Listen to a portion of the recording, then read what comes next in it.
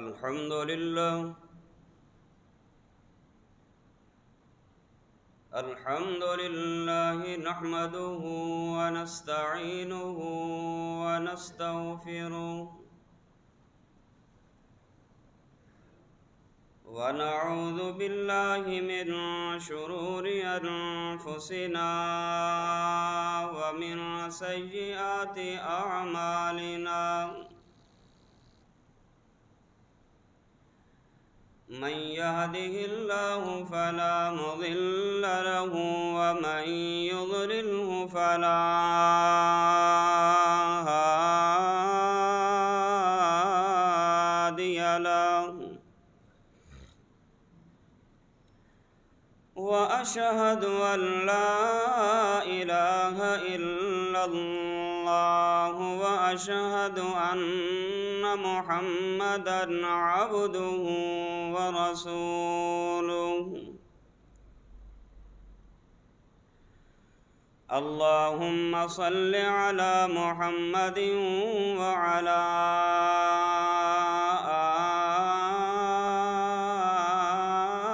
آل محمد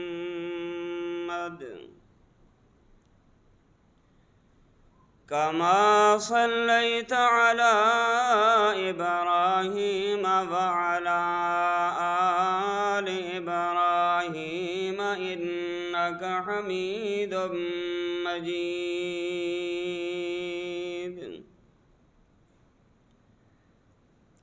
اللهم بارك على محمد وعلى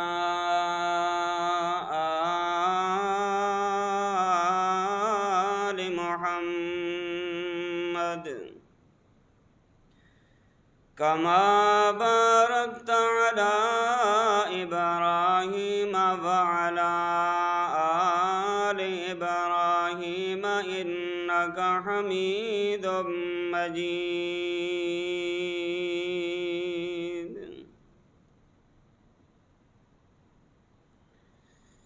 أما بعد فأعوذ بالله السميع العليم من الشيطان الرجيم.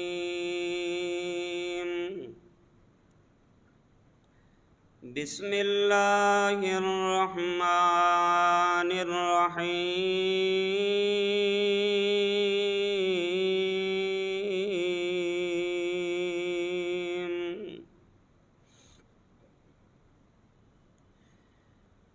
لقد رضي الله عن المؤمنين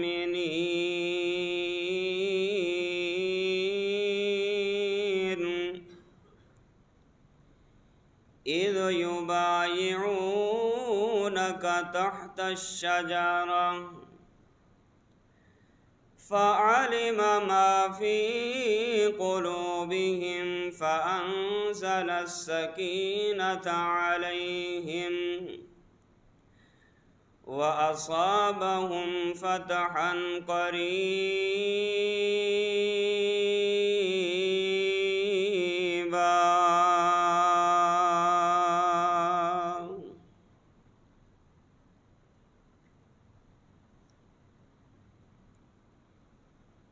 یا الہی جب تک میرے بدن میں جان رہے میری یہ تمنا ہے کہ میرے لب پہ تیرا قرآن رہے اور یہ بھی تمنا ہے کہ اس دنیا میں کوئی کام کر جاؤں.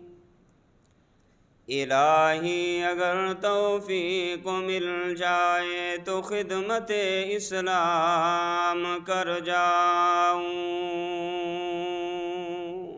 آمین.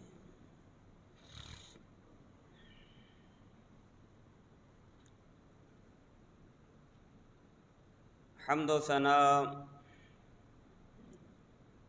کبریائی بڑائی یکتائی تنہائی شہنشاہی اور بادشاہی اللہ وحدہ لا شریک کے لیے.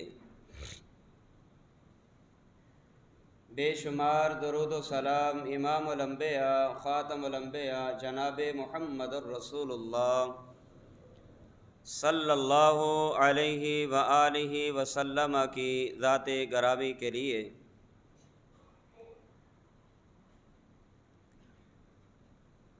19 ذی الحجہ 1442 ہجری ہے،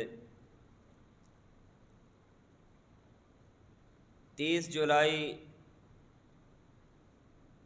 2021 ہے۔ ذو الحجہ میں جہاں ہر مسلمان اپنی اپنی استطاعت کے مطابق اللہ کی راہ میں جانور کی صورت میں خون بہاتا ہے،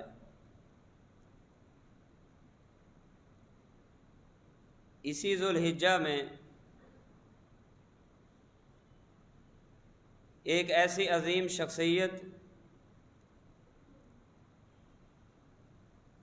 ایک ایسا عظیم انسان، ایک ایسا عظیم صحابی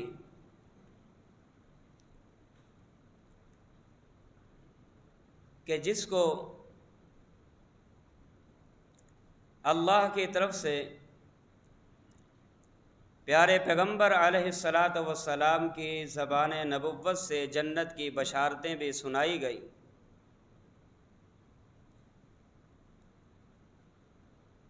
وہ عظیم صحابی کہ جس کے نکاح میں یکے بعد دیگرے پیارے پیغمبر علیہ الصلاۃ والسلام کی 2 لخت جگر ان کے نکاح میں آئیں۔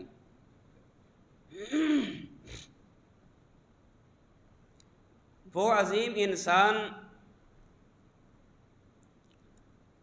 جو ہمہ وقت مشکل انسانیت، جو پریشانیوں میں مشکلات کا شکار ہوا کرتی تھی، ان کے شانہ بشانہ کھڑا ہونے والا یہ عظیم انسان جس کا نام عثمان ابن عفان ہے رضی اللہ تعالی عنہ،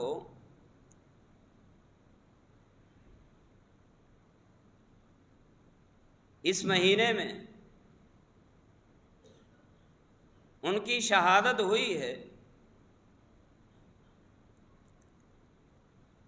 انہی کی شہادت کے حوالہ سے اور ذو الحجہ کی تاریخ کی مناسبت کے حوالہ سے بھی آپ کے سامنے چند باتیں بیان کی جائیں گی، اس عقیدے کے ساتھ، اس نظریے کے ساتھ، اس موقف کے ساتھ کہ اللہ بھی ہمیں پیارے پیغمبر علیہ الصلاۃ والسلام کے جانثاروں جیسا بنا دے اور انہی جیسی زندگی گزارنے کی توفیق عطا فرمائے۔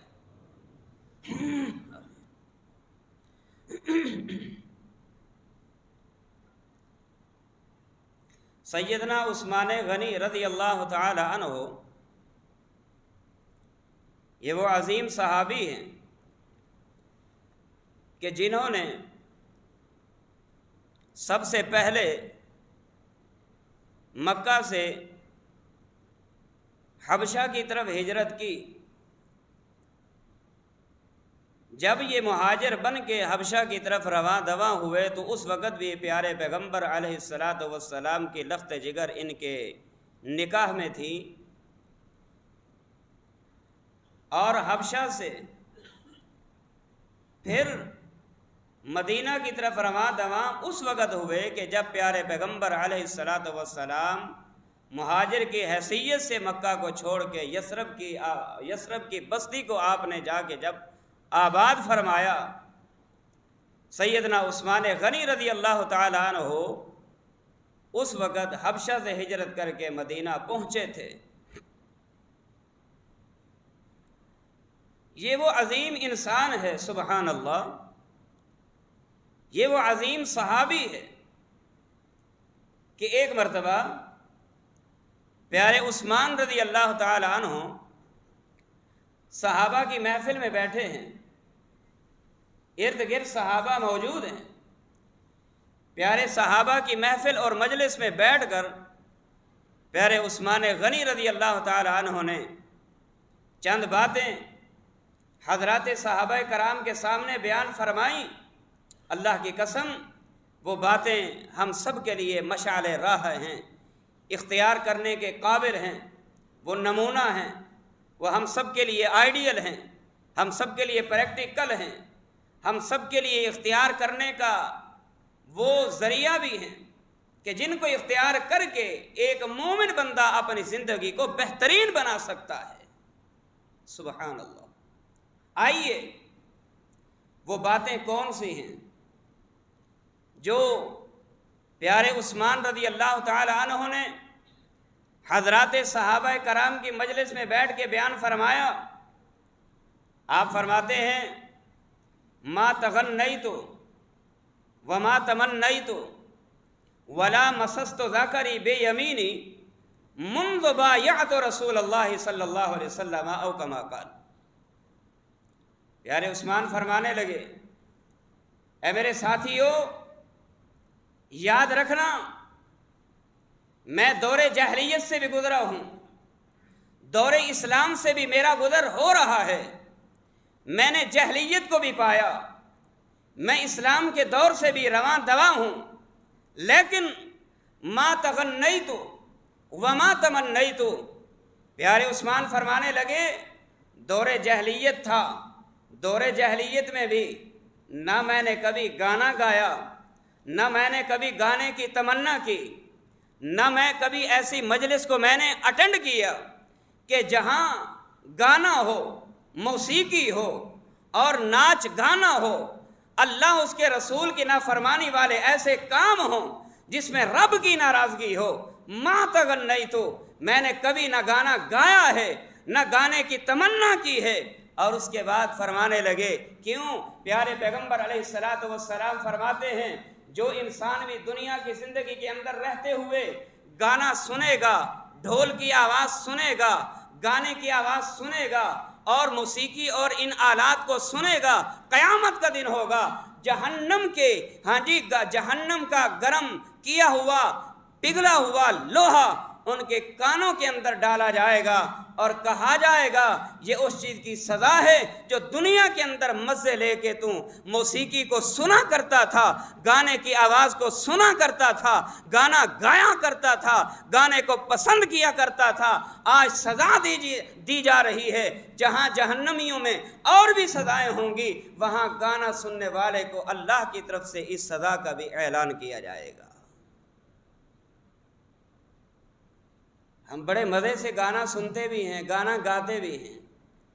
ہمارا چھوٹا بچہ اگر کسی اداکار کا گانا یاد کر کے اگر ماں باپ کے سامنے، رشتہ داروں کے سامنے، چچا ماما تائے اور فلاں نانا اور نانی دادا دادی کے سامنے سنا دے تو ہم بڑے خوش ہوتے ہیں کہ دیکھو جی ہمارا بیٹا جو ہے فلاں اداکار کی کس طرح اداکاری اختیار کرتا ہے، فنکاریاں اختیار کرتا ہے، اور یہ ہے اور وہ ہے، کتنی سریلی آواز ہے، کتنی میٹھی آواز ہے، میرا بیٹا گانا گا رہا ہے۔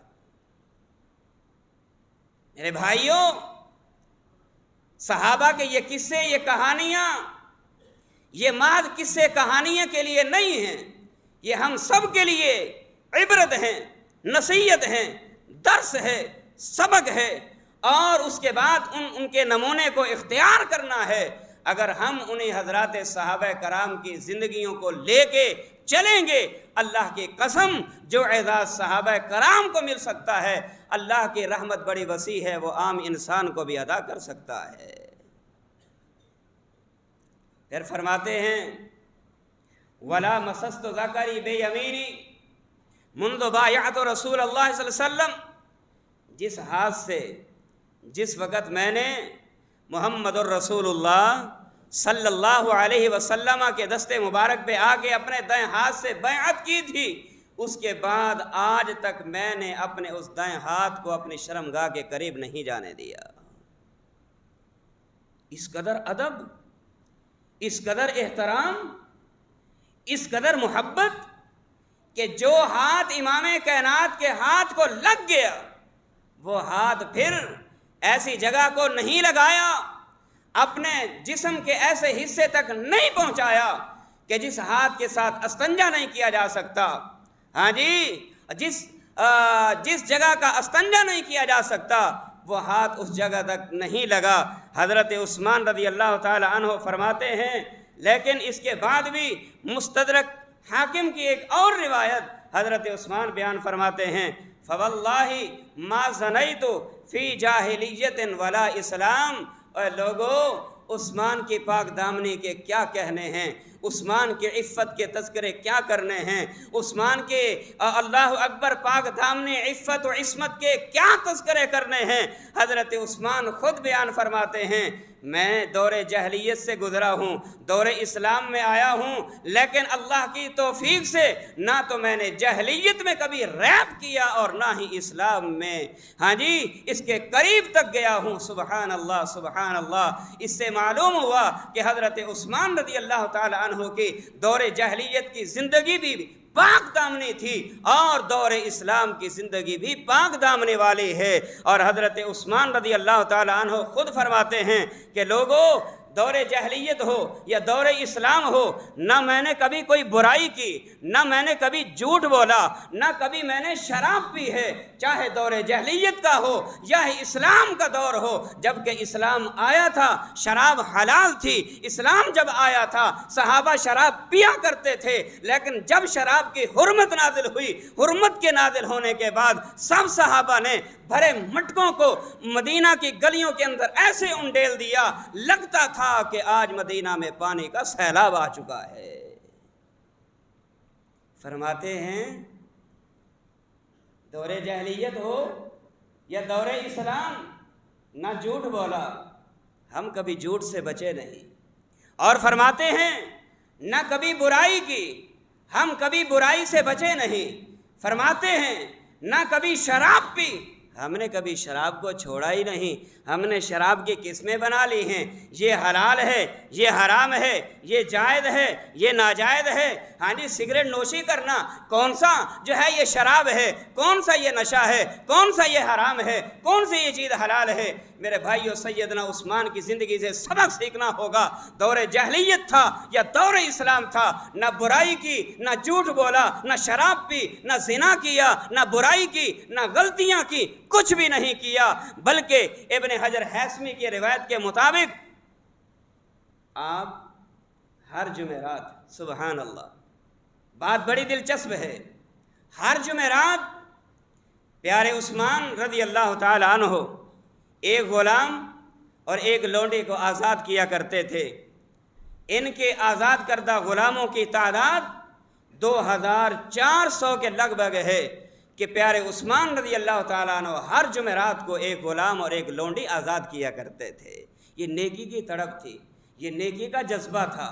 جہاں ان کو موقع ملا نیکی سے پیچھے نہیں ہٹے، آگے چلیے۔ پیارے پیغمبر علیہ السلام ایک دن بیٹھے، آپ نے فرمایا استقہم حیاء عثمان۔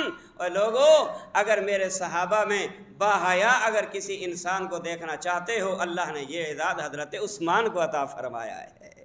سبحان اللہ۔ عثمان با حیا ہیں، عثمان با شرم ہیں، عثمان با حیا ہیں۔ یہ شہادت، یہ گواہی کون دے رہا ہے؟ کوئی عام انسان نہیں۔ زبان نبوت سے حیا کی گواہیاں مل رہی ہیں کہ سب سے زیادہ با حیا اگر کوئی ہیں تو کون ہیں؟ حضرت عثمان رضی اللہ تعالی عنہ۔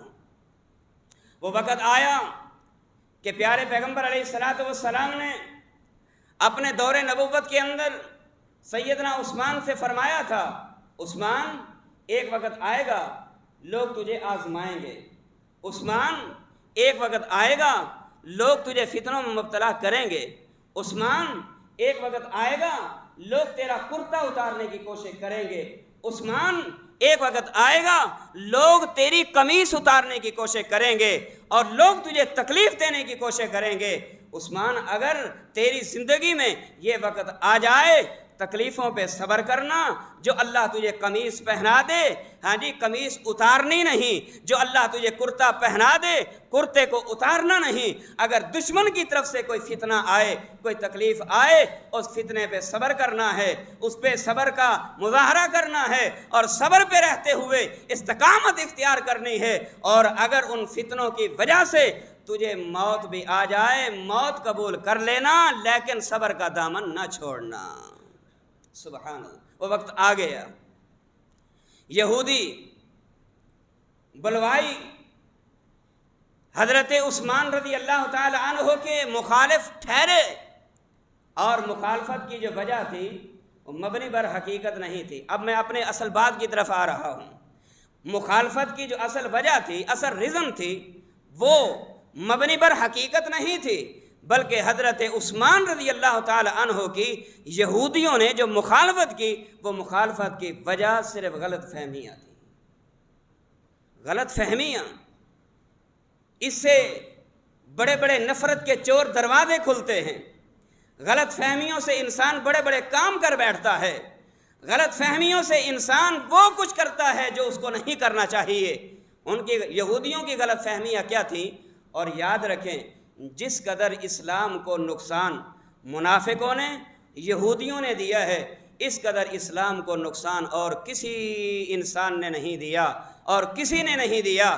ہاں جی، جبکہ بہت سارے لوگ گزرے ہیں، لیکن سب سے زیادہ اسلام دشمن جو تھے وہ منافق ٹھہرے، یا اسلام دشمن جو تھے وہ یہودی ٹھہرے۔ اور یہ یہودی عبداللہ ابن سبا کی نسل سے چلتے ہوئے آج بھی موجود ہیں اور قیامت تک موجود رہیں گے۔ اس وقت ان کو یہودی کہا جاتا تھا، پھر یہ خرامیہ بن گئے، اسماعیلیہ بن گئے، درزیہ بن گئے، کرامتہ بن گئے، اور یہ سارے گروہ انہی سے نکلتے ہوئے آج اہل تشیع کی صورت میں بھی آپ کے سامنے موجود ہیں۔ میں ذکر کرتا ہوں، ابھی آپ کو بتاؤں گا دلائل کے ساتھ، کہ یہ وہ یہودی تھے جو حضرت عثمان رضی اللہ تعالیٰ عنہ کے در پہ ہوئے، اور وہ غلط فہمیوں کی بنیاد پہ، ان کی پہلی غلط فہمی کیا تھی کہ جس کی وجہ سے حضرت عثمان کی انہوں نے مخالفت کی رضی اللہ تعالیٰ عنہ، ان کا کہنا تھا کہ حضرت عثمان نے اپنے سے بڑے بڑے صحابہ کو چھوڑ کے، ہاں جی، اپنے کبار صحابہ کو عہدوں سے معزول کر دیا ہے، عہدوں سے ہٹا کے اپنے رشتہ داروں کو ترجیح دی ہے۔ مثال کے طور پہ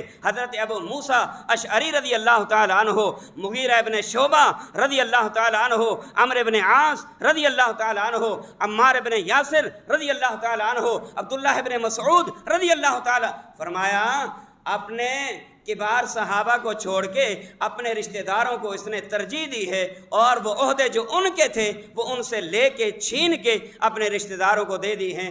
وہ الزام تھا جو یہودیوں نے حضرت عثمان رضی اللہ تعالی عنہ کے اوپر لگا دی۔ یہ پہلا الزام۔ دوسرا الزام کیا ہے؟ دوسرا الزام یہ تھا کہ بیت المال میں وہ اپنی مرضی سے تصرف کرتے تھے۔ بیت المال سے جو آیا، جتنا آیا، جہاں چاہ دے دیا، کوئی پوچھ گچھ نہیں، کوئی حساب کتاب نہیں، اور اس کے بعد اپنے عزیز و اقارب کے ساتھ زیادہ سخاوت کا اظہار کرتے تھے۔ یہ بھی وہ غلط فہمی تھی جو یہودیوں کے اندر پائی جاتی تھی۔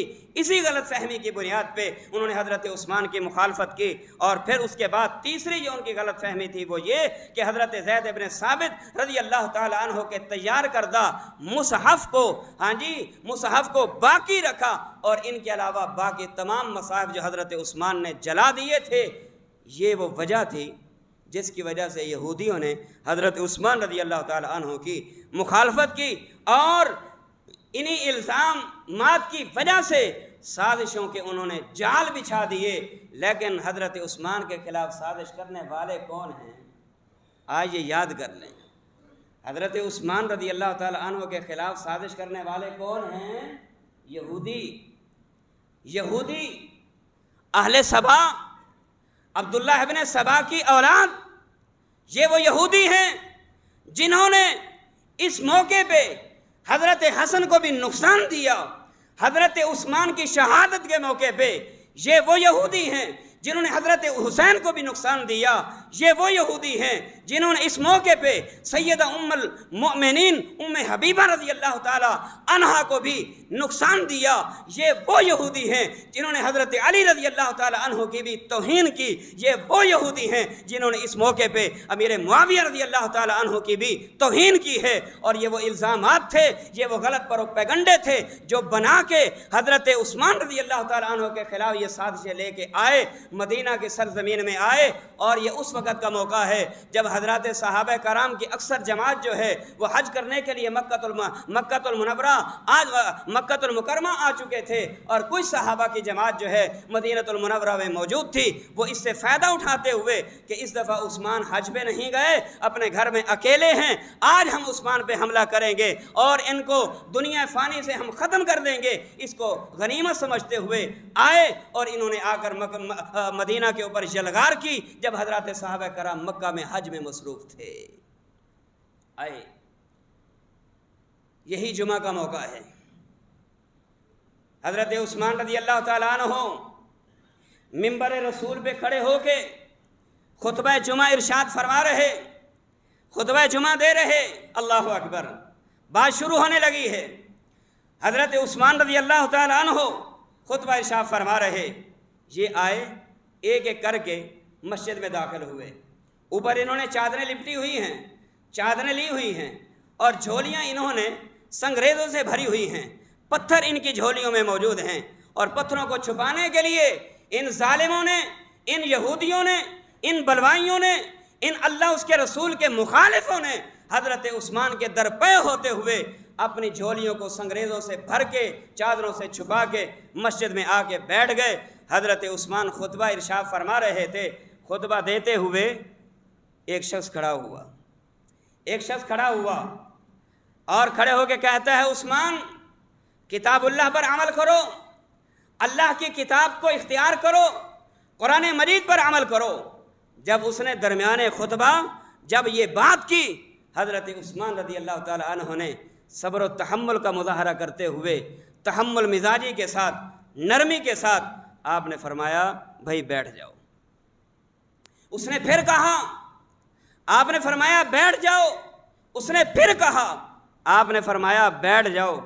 3 بار وہ کھڑا ہوا، اور تینوں ہی بار حضرت عثمان رضی اللہ تعالی عنہ نے ان کو بٹھا دیا، کیونکہ ان کی یہ سازش پہلے سے بن چکی تھی، اور جب 3 بار حضرت عثمان نے اس کو بار بار بٹھایا، بٹھانے کے بعد اب وہ سازشی لوگ کھڑے ہوئے، اور کھڑے ہوتے ہوئے ہی پیارے عثمان رضی اللہ تعالی عنہ پر پتھروں کی بارش انہیں کرنا شروع کر دی، پتھر مارنا شروع کر دیے، پتھر مارتے رہے۔ مطالبہ کیا تھا؟ مطالبہ یہ تھا، عثمان قمیص کو اتار دیجئے، جس قمیص کا میں نے پہلے ذکر کیا ہے، کرتے کو اتار دیجئے جس کا میں نے پہلے ذکر کیا ہے، عثمان قمیص اتار دیجئے، کرتا اتار دیجئے۔ حضرت عثمان فرمانے لگے، مجھے اللہ کی قسم، اللہ نے مجھے جو قمیص پہنائی ہے، اپنی جان تو دے سکتا ہوں، لیکن محمد کی وصیت کے مطابق اپنے اس قمیص کو جو ہے اتار نہیں سکتا۔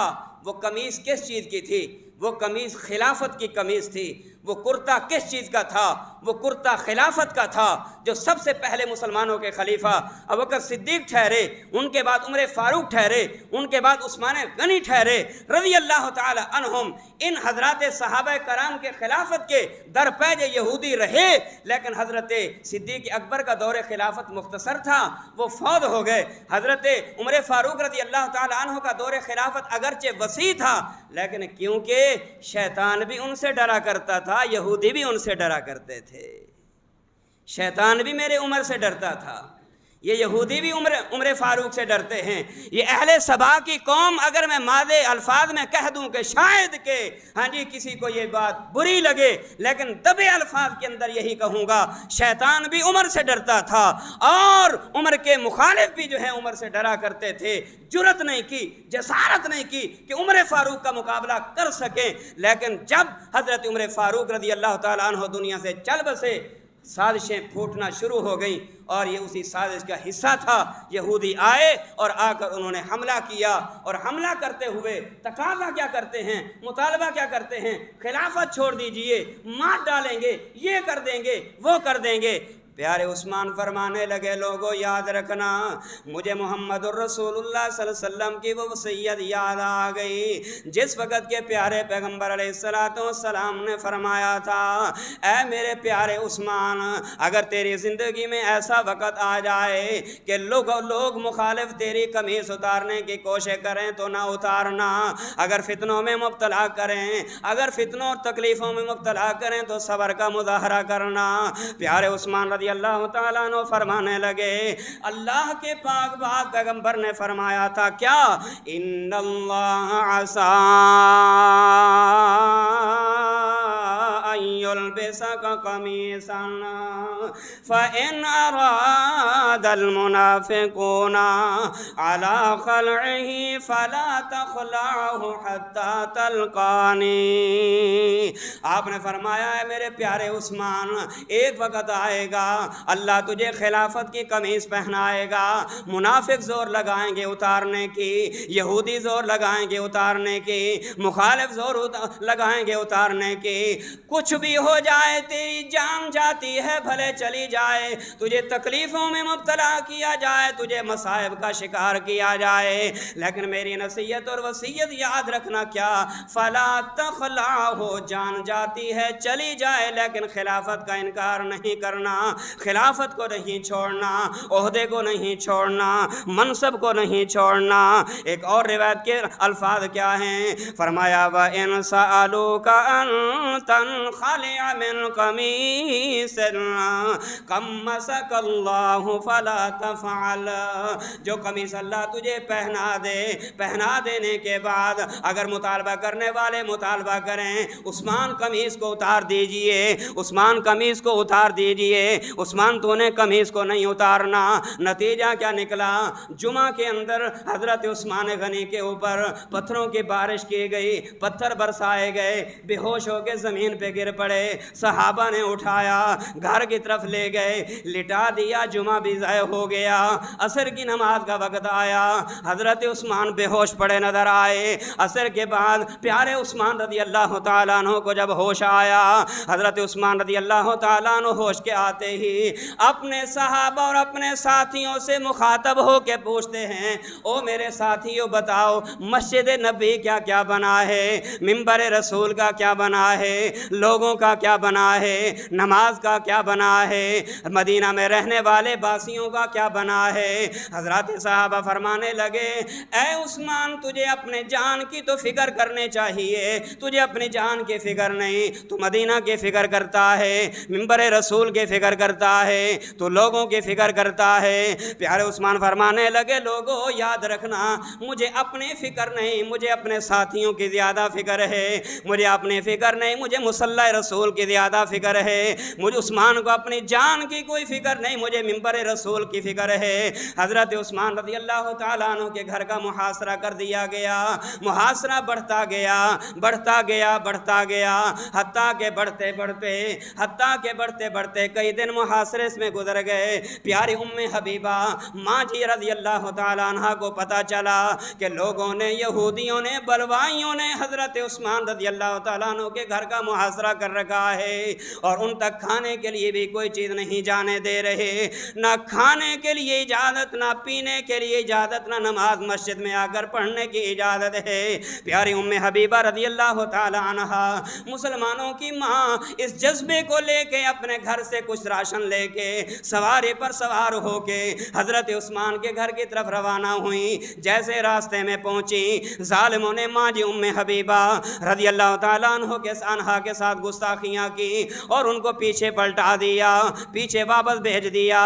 حضرت امیر معاویہ رضی اللہ تعالیٰ عنہ کو پتہ چلا، حضرت امیر معاویہ رضی اللہ تعالیٰ عنہ کو پتہ چلنے کے بعد انہوں نے اپنا ایلچی، اپنا قاصد، اپنا رسول، اپنا میسنجر بھیجا اور پیغام دینے لگے، اے عثمان اگر آپ کی طرف اجازت ہو تو میں اپنی فوج کو تیار کر کے، میں نے 70,000 اپنی آرمی تیار کر دی ہے، میں ان سے مقابلہ کرنے کے لیے اپنی فوج کو بھیجنے کے لیے تیار ہوں۔ لیکن لوگوں یاد رکھنا، کہتے تھے صحابہ یہ تھے اور وہ تھے، صحابہ خون ریزیاں کرنے والے تھے، صحابہ لوگوں کے ساتھ زیادتیاں کرنے والے تھے، یہ یہودیوں کے الزام ہیں، اہل تشیع کے الزام ہیں، ابن سبا کی اولاد کے یہ الزام ہیں جو انہوں نے حضرات صحابہ کرام کی جماعت پہ انہوں نے لگائے۔ لیکن امیر معاویہ کا جب یہ پیغام سیدنا عثمان رضی اللہ تعالیٰ عنہ کی دربار میں پہنچا، اعلان سننے کے بعد فرمانے لگے، امیر معاویہ یاد رکھنا، میں مدینہ الرسول میں رہتے ہوئے میں خون ریزی نہیں کرنا چاہتا، میں اپنی جان تو دے دوں گا لیکن اپنی جان کی بخشے کی خاطر میں مدینہ کے امن کو تباہ نہیں ہونے دوں گا، میں مدینہ کی گلیوں میں خون نہیں بہانے دوں گا، خون نہیں بہنے دوں گا۔ ان کو انکار کر دیا۔ حضرت علی رضی اللہ تعالیٰ عنہ کو پتہ چلا، حضرت علی رضی اللہ تعالیٰ عنہ فرمانے لگے، عثمان اگر اجازت ہو تو ہم ان بلوائیوں کا ستیہ ناز کر کے رکھ دیتے ہیں، ہم ان کا مقابلہ کر کے ان کو بھگا دیں گے۔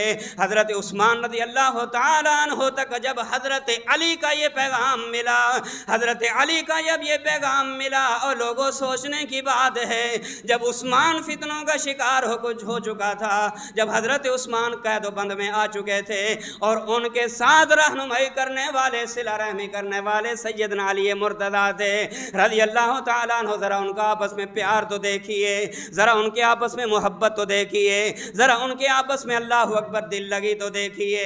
پیارے عثمان کو جب یہ پیغام ملا، حضرت عثمان رضی اللہ تعالیٰ عنہ فرمانے لگے، اے علی مجھے تیری اس مدد کی ضرورت نہیں، میں مدینہ کا امن تباہ نہیں کرنا چاہتا، اگر تجھے موقع ملے تو میرے گھر میں تشریف لانا، میں تجھ سے ایک بات کرنا چاہتا ہوں۔ حضرت علی تک جب یہ پیغام پہنچا، حضرت علی چل پڑے، چلتے چلتے جب حضرت عثمان کے گھر کے قریب پہنچے، وقت ختم ہو گیا ہے، حضرت عثمان کے گھر کے قریب پہنچے، بلوائیوں نے، ظالموں نے حضرت علی رضی اللہ تعالیٰ عنہ کو روکا بھی، سینے پہ مکے بھی مارے، اور مکے مارنے کے بعد میرے علی کو پیچھے کر دیا۔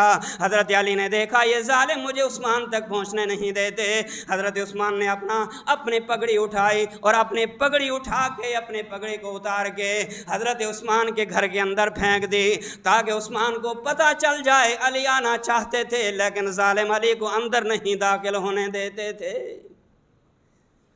اللہ اکبر۔ بالآخر وہ وقت آ گیا، حضرت عثمان رضی اللہ تعالیٰ عنہ کے 40 روز محاصرے کے گزر گئے، کچھ نہیں کھایا، کچھ نہیں پیا۔ جب حضرت علی کو اندر نہیں جانے دیا گیا، حضرت علی نے اپنے بیٹے حضرت حسن کو بھیجا، اپنے بیٹے حضرت حسین رضی اللہ تعالیٰ عنہما کو بھیجا اور فرمایا میرے بیٹو جاؤ، ہمارے بھائی، اپنے چچا، اپنے خالو کیا، ذرا اللہ اکبر پہرا تو دے کے آؤ، ظالموں کا مقابلہ تو کر کے آؤ، ظالموں کے سامنے اللہ اکبر سینہ تو تان کے آؤ۔ حضرت حسن و حسین رضی اللہ تعالیٰ عنہ جب پہنچے، یہودیوں نے ان کو بھی مارا، حضرت حسن کی بھی گستاخی کی، حضرت حسین کو بھی مارا۔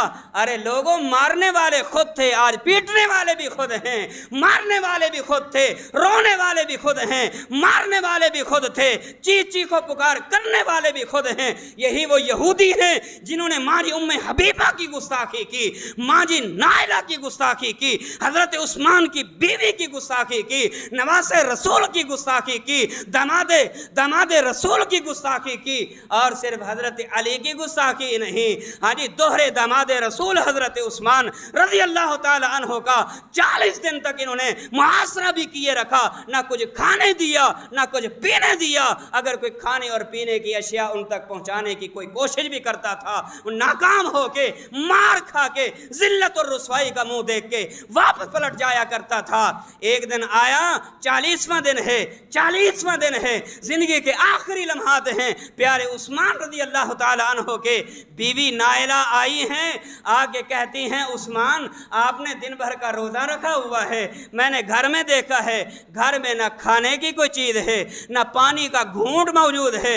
حضرت عثمان سے کہنے لگی عثمان روزہ افطار کیسے کرو گے؟ حضرت عثمان نے فرمایا کوئی چیز نہیں، نیت کر کے رب کا قرآن پڑھ کے روزے کو افطار کر لوں گا۔ سبحان اللہ، سبحان اللہ۔ صحابہ کرام کی قرآن کے ساتھ محبت تو دیکھیے۔ وہ وقت آ گیا، ان ظالموں نے محاصرہ کیا، حضرت عثمان رضی اللہ تعالیٰ عنہ کے گھر کی دیواریں پھلانگ کے ایک نااہل اندر داخل ہوا، ایک ظالم اندر داخل ہوتا ہے۔ ایک ظالم اندر داخل ہونے کے بعد حضرت عثمان رضی اللہ تعالیٰ عنہ پر اس نے جا کے، اس بدبخت نے آپ کی داڑھی مبارک کو پکڑا اور داڑھی مبارک کو پکڑ کے جھنجھوڑا بھی، کھینچا بھی۔ ابھی یہ کردار اپنا ہی رہا تھا، ایک اور بدبخت اندر آیا، اس نے آ کے پیارے عثمان رضی اللہ تعالیٰ عنہ کو زوردار نیزہ مارا، زوردار برچھا مارا، جو ادھر سے نکلا باہر کی طرف ہو گیا۔ ابھی یہ ظالم ہٹا ہی نہیں، ایک تیسرا ظالم آیا، اس نے آ کے میرے عثمان پر تیروں کی بچھاڑ کر دی، تیروں کی برسات کر دی۔ نائلہ دیکھ رہی، کہتی ہیں بدبختو تم نے عثمان کی جان لینی تھی، وہ لے لی ہے، لیکن تم اس کو مزید کیوں ظلم کا شکار بناتے ہو؟ تم نے جان لے لی تھی، لے لی، عثمان کو شہادت کا مرتبہ ملنا تھا، مل گیا، لیکن یہ بدبخت بعد نہ آئے۔ حضرت عثمان کا جثہ مبارک زمین پہ پڑا ہوا ہے، ایک ظالم آیا میرے عثمان رضی اللہ تعالیٰ عنہ کے سینے پہ چڑھ کے کھڑے ہو کے ناچنے لگا ہے۔ کیا عالم ہوگا، کیا منظر ہوگا، آسمان بھی رو رہا ہوگا، زمین بھی رو رہی ہوگی، آسمان کی مخلوق بھی رو رہی ہوگی، زمین کی مخلوق بھی رو رہی ہوگی۔ جب حضرت عثمان رضی اللہ تعالیٰ عنہ کے قریب یہ ظالم آئے، حضرت عثمان رضی اللہ تعالیٰ عنہ قرآن مجید کی تلاوت فرما رہے تھے، باوجود اس پہ کہ 40 دن نہ کچھ کھایا نہ کچھ پیا، لیکن کچھ نہ کھانے پینے کے باوجود بھی رب کے قرآن کی تلاوت کرتے دکھائی دیے۔ اور جب ظالموں نے حضرت عثمان رضی اللہ تعالیٰ عنہ کو شہید کیا، حضرت عثمان کیا پڑھ رہے تھے؟ فَإِنْ آمَنُوا بِمِثْلِ مَا آمَنْتُمْ بِهِ فَقَدْ اهْتَدَوْا۔ اے ظالموں، اگر ہدایت چاہتے ہو تو معیار ایمان عثمان والا بنانا ہوگا۔ اے ظالموں، اگر ہدایت چاہتے ہو تو معیار ایمان ابوبکر صدیق والا بنانا ہوگا۔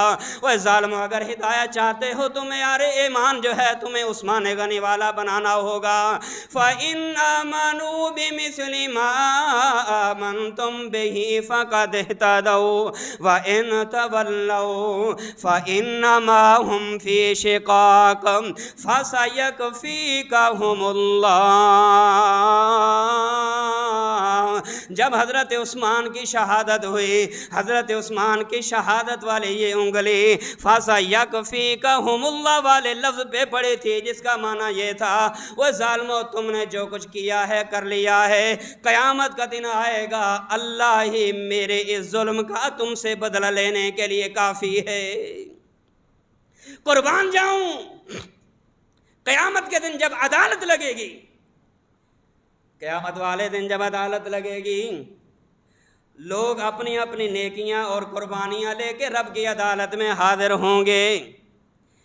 کوئی اپنی شہادت کو لے کے آئے گا، کسی شہید کی گواہی اس کی تلوار دے گی، کسی کی گواہی اس کی پھانسی کا پھندا دے گا، کسی کی شہادت کی گواہی جو ہے زمین کا فرش دے گا، زمین دے گی، کسی کی شہادت کی گواہی جیل کی کوٹھڑیاں دیں گی، لیکن قربان جاؤں عثمان تیری شہادت پہ نہ تیری گواہی زمین کا کوئی ذرہ دے گا، نہ تیری گواہی نہ زمین کی کوٹھڑی دے گی، نہ زمین کا کوئی بنگلہ دے گا، نہ کوئی انسان دے گا، تیری شہادت کی گواہی رب کا قرآن ہی خود عطا فرمائے گا۔ یہ رب کے قرآن کی گواہیاں ہیں۔ حضرت عثمان رضی اللہ تعالیٰ عنہ کو 18 ذی الحجہ کو شہید کر دیا گیا۔ جمعہ کا دن ہے، پڑے ہیں، کوئی دفنانے کی جسارت نہیں کر رہا کیونکہ ظالموں کی رکاوٹ ہے۔ ہفتہ کا دن گزر گیا، اتوار کا دن آیا، رات کا پہر ہے، چند صحابہ انہوں نے اٹھایا اور حضرت عثمان رضی اللہ تعالیٰ عنہ کو بقیع قبرستان کے اندر دفن کر کے مٹی بھی اوپر نہیں کی کہ تازی مٹی بنی دکھائی دے یا تازی قبر بنی دکھائی دے، ان کو بالکل برابر کر دیا تاکہ ان ظالموں کو اگر پتہ لگ گیا ہو سکتا ہے کہ ہمارے دفن کرنے کے بعد یہ ظالم حضرت عثمان کی مخالفت میں آ کے ان کی ڈیڈ باڈی کو نکال کے کہیں ڈیڈ باڈی کی بے حرمتی نہ کریں۔ اسی لیے حضرت عثمان رضی اللہ تعالیٰ عنہ کو رات کے پہر میں خاموشی کے ساتھ دفنایا گیا ہے۔ ارے لوگوں، اگر کوئی وزیر اعظم فوت ہو، لاکھوں کی تعداد میں نماز جنازہ پڑھنے کے لیے لوگ موجود ہوتے ہیں، لیکن قربان جاؤں عثمان، تیری شہادت پہ آج تیری شہادت ہوئی ہے، آج تجھے لوگوں نے، ظالموں نے تجھے قتل کر دیا، شہید کر دیا۔ چند صحابہ ہیں، 10 12 15 16 17 کی تعداد میں آج صحابہ ان کی ڈیڈ باڈی کو اٹھاتے ہیں، مٹی کی زینت بنا کے آتے ہیں، لیکن اللہ آسمان پہ بیٹھا سب کچھ دیکھ رہا ہے۔ میرے بھائیوں، جو کچھ انسان کسی کے ساتھ کرے گا قیامت والے دن جو ہے اس کا بدلہ اس کو ضرور ملے گا۔ اچھائی کر کے جائیں گے، اچھا بدلہ ملے گا، برائی کر کے جائیں گے، برائی کا بدلہ برا ہی ہوگا۔ میری دعا ہے جتنے ہی اللہ نے پیارے پیغمبر کے جانثار آپ کو عطا فرمائے، اللہ ان تمام جانثار صحابہ کی قبروں پہ کروڑ رحمت نازل فرمائے، اور اللہ ہم سب کو انہی کے نقش قدم پہ چلنے کی توفیق عطا فرمائے۔ جو کچھ میں نے سنایا آپ نے سنا، مجھ سمیت اللہ ہم سب کو عمل کی توفیق عطا فرمائے۔ اقول قولی ھذا وآخر دعوایا ان الحمد للہ رب العالمین۔